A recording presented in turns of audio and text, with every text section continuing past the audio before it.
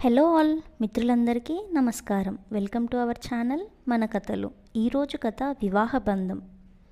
భర్త ఆ రోజు రాత్రి ఇంటికి వచ్చేసరికి వాళ్ళ భార్య భోజనం వడ్డిస్తూ ఉంది. భర్త ఆమె చేయి పట్టుకొని నీతో ఒకటి చెప్పాలి అని అన్నాడు. ఆమె కూర్చొని నిశ్శబ్దంగా భోజనం చేస్తుంది. ఆమె కళ్ళల్లో బాధని భర్త గమనించాడు. అతను ఆమెతో ఒక విషయం గురించి మాట్లాడాలని అనుకున్నాడు. కానీ ఆమెకి ఆ విషయం ఎలా చెప్పాలో అర్థం కావడం లేదు. ఎలాగైనా ఆమెకి ఆ విషయం చెప్పాలి. చివరికి ఇలా చెప్పాడు. భర్త, నాకు విడాకులు కావాలి అని ప్రశాంతంగా తనతో అసలు విషయం చెప్పాడు. భార్య ఆ మాటలకి బదులుగా ఆమె ఎందుకు అని మామూలుగా అడిగింది. భర్త ఆమె ప్రశ్నను పట్టించుకోకుండా సమాధానమేం ఇవ్వలేదు. భార్య ఆమెకి కోపం వచ్చింది. ఆమె ఒక వస్తువును దూరంగా విసిరేసి మీరు ఒక మనిషేనా అని భర్త మీద గట్టిగా అరిచింది. ఆ రాత్రి వాళ్ళిద్దరూ మాట్లాడుకోలేదు. ఆమె బాగా ఏడ్చింది. భర్త ఎందుకు విడాకులు అడుగుతున్నాడో, అసలేం జరిగిందో తను తెలుసుకోవాలి అనుకుంది. భర్తని గట్టిగా అడిగింది. భర్త ఆమెకి సమాధానం ఇలా చెప్పాడు. భర్త నేను జాను అనే అమ్మాయిని ప్రేమించాను. నాకు నీపైన ప్రేమ లేదు. భార్య ఆ మాటలు విన్న తాను చాలా బాధపడింది. ఒక నిమిషం ఏమవుతుందో తనకేం అర్థం కాలేదు. భర్త గిల్టీ ఫీలింగ్తో నాకు నువ్వు విడాకులు ఇవ్వడానికి నువ్వు ఒప్పుకునేందుకు నువ్వు ఉండడానికి సొంత ఇల్లు, కార్ అండ్ నా సంస్థలో 30% వాటా ఇస్తా అని అగ్రిమెంట్ పేపర్లు తనకిచ్చాడు. భార్య చాలా కోపంతో ఆ పేపర్లను చింపేసింది. ప్రేమని ఎప్పటికీ కొనలేరు అని గట్టిగా ఏడ్చేసింది. భర్తగా తన లైఫ్లో ఒక తెలియని వ్యక్తిలా ఆమె జీవితంలో 10 సంవత్సరాలు ఉన్నాడు. అతని భార్య సమయం వృధా చేశానని బాధపడుతున్నాడు. అతను తన భార్యని అర్థం చేసుకునే ప్రయత్నం ఎప్పుడూ చేయలేదు. కానీ అతను జానుని మాత్రమే ప్రేమిస్తున్నాడు. ఏడుస్తున్న తన భార్యని చూస్తే అతనికి జాలి వేసింది. ఆ విడాకులు రావడానికి కొన్ని వారాలు పడుతుంది. మరుసటి రోజు అతను చాలా ఆలస్యంగా ఇంటికి వచ్చాడు. అతని భార్య టేబుల్ వద్ద ఏదో రాస్తూ కనిపించింది. అతను భోజనం చేయలేదు. కానీ అతనికి వెంటనే నిద్ర పట్టేసింది. ఎందుకంటే ఆ రోజంతా అతని లవర్ జానుతో కలిసి రోజంతా తిరగటం వల్ల బాగా అలసిపోయి త్వరగా నిద్రపోయాడు. అతను నిద్రలేచేసరికి తన భార్య అక్కడే టేబుల్ దగ్గర ఇంకా రాస్తూ కనిపించింది. అతను తన భార్యని పట్టించుకోకుండా పక్కకి తిరిగి మళ్ళీ నిద్రపోయాడు. ఉదయం ఆమె విడాకులకు సంబంధించి కొన్ని షరతులు చెప్పింది. ఆమె అతని నుండి ఏమీ కోరుకోవటం లేదు. కానీ విడాకుల ముందు 1 నెల రోజుల పాటు అతను తనతో ఉండాలని చెప్పింది. ఆ నెలలో మనం సాధ్యమైనంత వరకు సాధారణమైన జీవితం గడపాలి అని అంది. ఆమె కారణాలు చాలా సాధారణంగా ఉన్నాయి. వాళ్ళ కొడుకుకు 1 నెల రోజుల్లో పరీక్షలు ఉన్నాయి.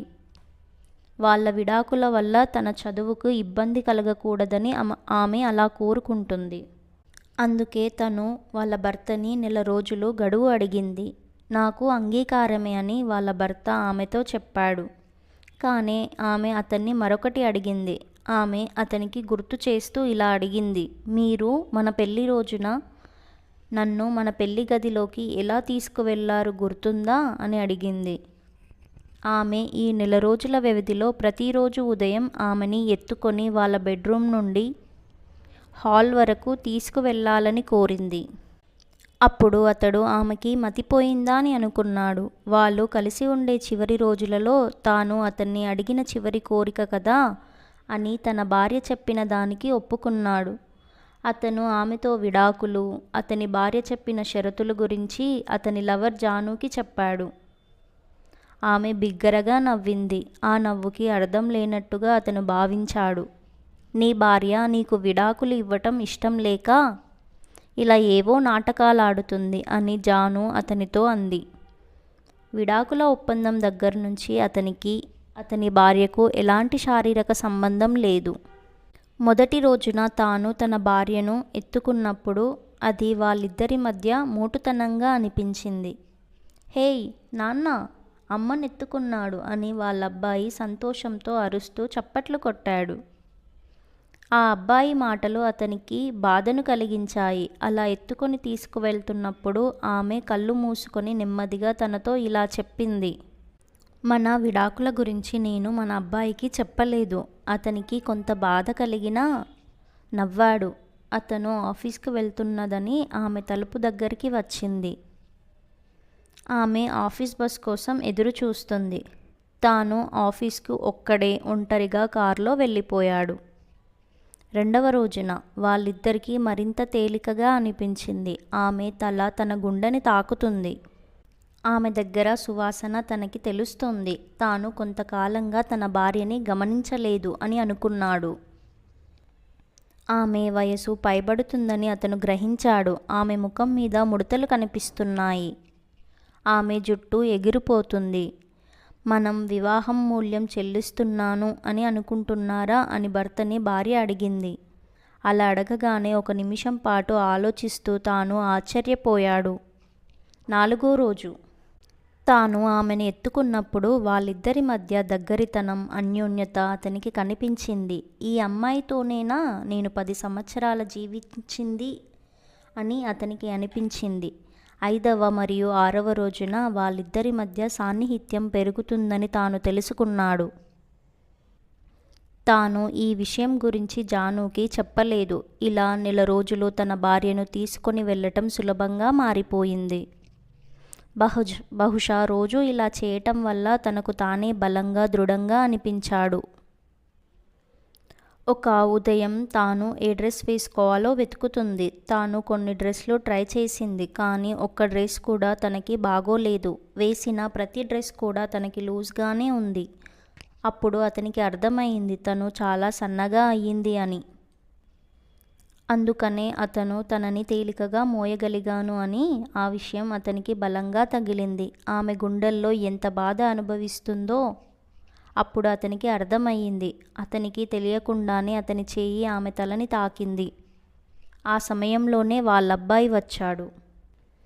ఆ సందర్భాన్ని చూసిన ఆ అబ్బాయి వాళ్ళ నాన్నతో ఇలా అన్నాడు. నాన్న, అమ్మని బయటికి తీసుకెళ్లే సమయం ఇప్పుడు వచ్చింది అని అన్నాడు. ఇలా వాళ్ళ నాన్న వాళ్ళ అమ్మని అలా చూసుకోవడం ఆ అబ్బాయి జీవితంలో విలువైన, అపురూపమైన సంఘటన. అతని భార్య వాళ్ళ అబ్బాయిని ఆమె దగ్గరకు రమ్మని సైగ చేసింది. వాడు వాళ్ళ అమ్మ దగ్గరికి వచ్చాడు. వాళ్ళ అమ్మ ఆ అబ్బాయిని గట్టిగా హత్తుకుంది. వాళ్ళ నాన్న ముఖం పక్కకి తిప్పుకున్నాడు. ఎందుకంటే ఆ చివరి నిమిషంలో తన మనసు తాను మార్చుకుంటాడేమో అని భయపడ్డాడు. రోజులానే అతను ఆమెను ఎత్తుకొని బెడ్రూమ్ నుండి హాల్కి వెళ్తుండగా ఆమె తన చేతులను అతని మెడ చుట్టూ ప్రేమగా, సహజంగా వేసింది. అతను ఆమెని గట్టిగా పట్టుకున్నాడు, అచ్చం వాళ్ళ పెళ్లి రోజులాగా.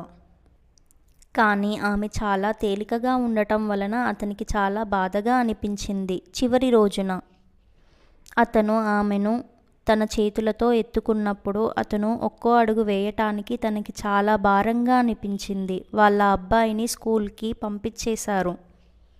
అతను వాళ్ళ భార్యను మరింత గట్టిగా పట్టుకొని తనతో ఇలా చెప్పాడు. మన జీవితంలో సాన్నిహిత్యం, అన్యోన్యత లోపించాయి అని చెప్పాడు. తర్వాత అతను ఆఫీస్కి వెళ్ళిపోయాడు. కారు నుండి వేగంగా దిగి డోర్ కూడా వేయకుండా ఆఫీస్ లోపలికి వెళ్ళాడు. అతనికి భయం వేసింది. ఎందుకంటే ఆలస్యం అయ్యే కొద్దీ తన మైండ్ మళ్ళీ చేంజ్ అయిపోతుందేమో అని.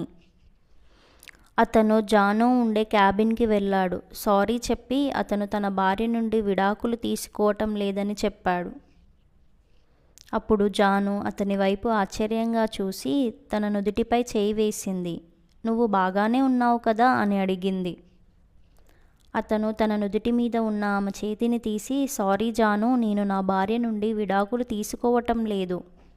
మా వివాహ జీవితం నాకు విసుగుగా అనిపించింది. ఎందుకంటే నాకు తనకి ప్రేమ విలువ, గొప్పతనం తెలియలేదు. మేము ఎప్పుడూ ప్రేమగా మాట్లాడుకోనే లేదు. అందుకే మాకు ఎలా కలిసి జీవించాలో అర్థం కాలేదు. ఎప్పుడైతే నేను తనని అలా ఎత్తుకొని తీసుకెళ్లడం మొదలుపెట్టానో అప్పుడే నాకు అర్థమైంది తను చనిపోయేదాకా నేను తనని అలానే చూసుకుంటానని. అచ్చం మా పెళ్లి రోజులానే. జాను హఠాత్తుగా లేచి అతనిని ఒక చెంపదెబ్బ కొట్టింది. ఏడుస్తూ తనని బయటికి పంపి తలుపు వేసింది. ఇంకా అతను ఇంటికి వెళ్తూ దారిలో పూల దుకాణం వద్ద తన భార్య కోసం ఫ్లవర్ బొకే ఆర్డర్ ఇచ్చాడు. కార్డ్ మీద ఏం రాయాలి అని ఆ సేల్స్ గర్ల్ అతన్ని అడిగింది. అప్పుడు తను నవ్వుతూ, మరణం మనల్ని దూరం చేసే వరకు నేను నిన్ను మోయాలి అని అనుకుంటున్నాను అని రాయమని చెప్పాడు. ఆ సాయంత్రం అతను ఇంటికి త్వరగా వెళ్ళాడు. తన చేతిలో ఒక ఫ్లవర్ బొకే, తన ముఖం మీద చిరునవ్వుతో అతను మెట్లెక్కి పైకి వెళ్ళాడు. తన భార్యను మంచం మీద చూశాడు. అప్పటికే ఆమె చనిపోయింది. ఒక్కసారి అతనికి ఏం అర్థం కాలేదు. తనకి తెలియకుండానే కన్నీళ్లు వచ్చేస్తున్నాయి. తన భార్య కొన్ని నెలలుగా క్యాన్సర్తో పోరాడుతుంది. తాను జానుతో బిజీగా ఉండటం వల్ల ఈ విషయం తను గమనించలేకపోయాడు. ఆమె చనిపోతుందని ముందుగానే ఆమెకి తెలుసు. ఆమె వాళ్ళ సంసారం మరియు విడాకుల విషయాల సంగతి వీలైనంత వరకు వాళ్ళ కొడుకుకి దూరంగా ఉంచి తనని సేవ్ చేసింది. కనీసం వాళ్ళ కొడుకు దృష్టిలో అతను ఒక ప్రేమించే భర్తగా ఉండాలి అనుకుంది. మీ జీవితాలలో జరిగే చిన్న విషయాలు నిజంగా మీ బంధానికి అర్థం తెలుపుతాయి. భవనం, కార్, ఆస్తి, బ్యాంకులో డబ్బు ఇవేమీ బంధానికి సంబంధించినవి కావు. అవి ఆనందం కోసం అనుకూలమైన వాతావరణాన్ని సృష్టించడానికి మాత్రమే కానీ నిజమైన ఆనందం ఇవ్వవు. మీ జీవిత భాగస్వామితో వీలైనంత వరకు సమయం కేటాయిస్తూ ఒకరికొకరు ఆనందం కలిగించేలా చిన్న పనులు చేస్తూ ఉంటే ఇద్దరి మధ్య స్నేహం, సాన్నిహిత్యం పెరుగుతాయి. అప్పుడు నిజమైన సంతోషకరమైన వివాహ బంధం నిలబడుతుంది. మనం ఏం చేసినా, ఎంత ప్రేమగా చూసుకున్నా అన్నీ వాళ్ళు ఉన్నప్పుడే చూసుకోవాలి. వాళ్ళు వెళ్ళిపోయాక మనం ప్రేమగా చూసుకుందాం అన్నా వాళ్ళు ప్రేమతో మనతో ఉండరు. చాలామంది కేవలం అపార్థాల వల్ల విడిపోతున్నారు. ఇది చదివి కొంతమందైనా తాము చేసే తప్పును తెలుసుకొని తమ జీవితాన్ని ఆనందంగా గడుపుతారని కోరుకుంటున్నాను. Thank you for watching. మీకు కనుక ఈ వీడియో నచ్చినట్లయితే ప్లీజ్ లైక్ చేసి మన ఛానల్ని సబ్స్క్రైబ్ చేసుకోండి. అందరికీ ధన్యవాదములు.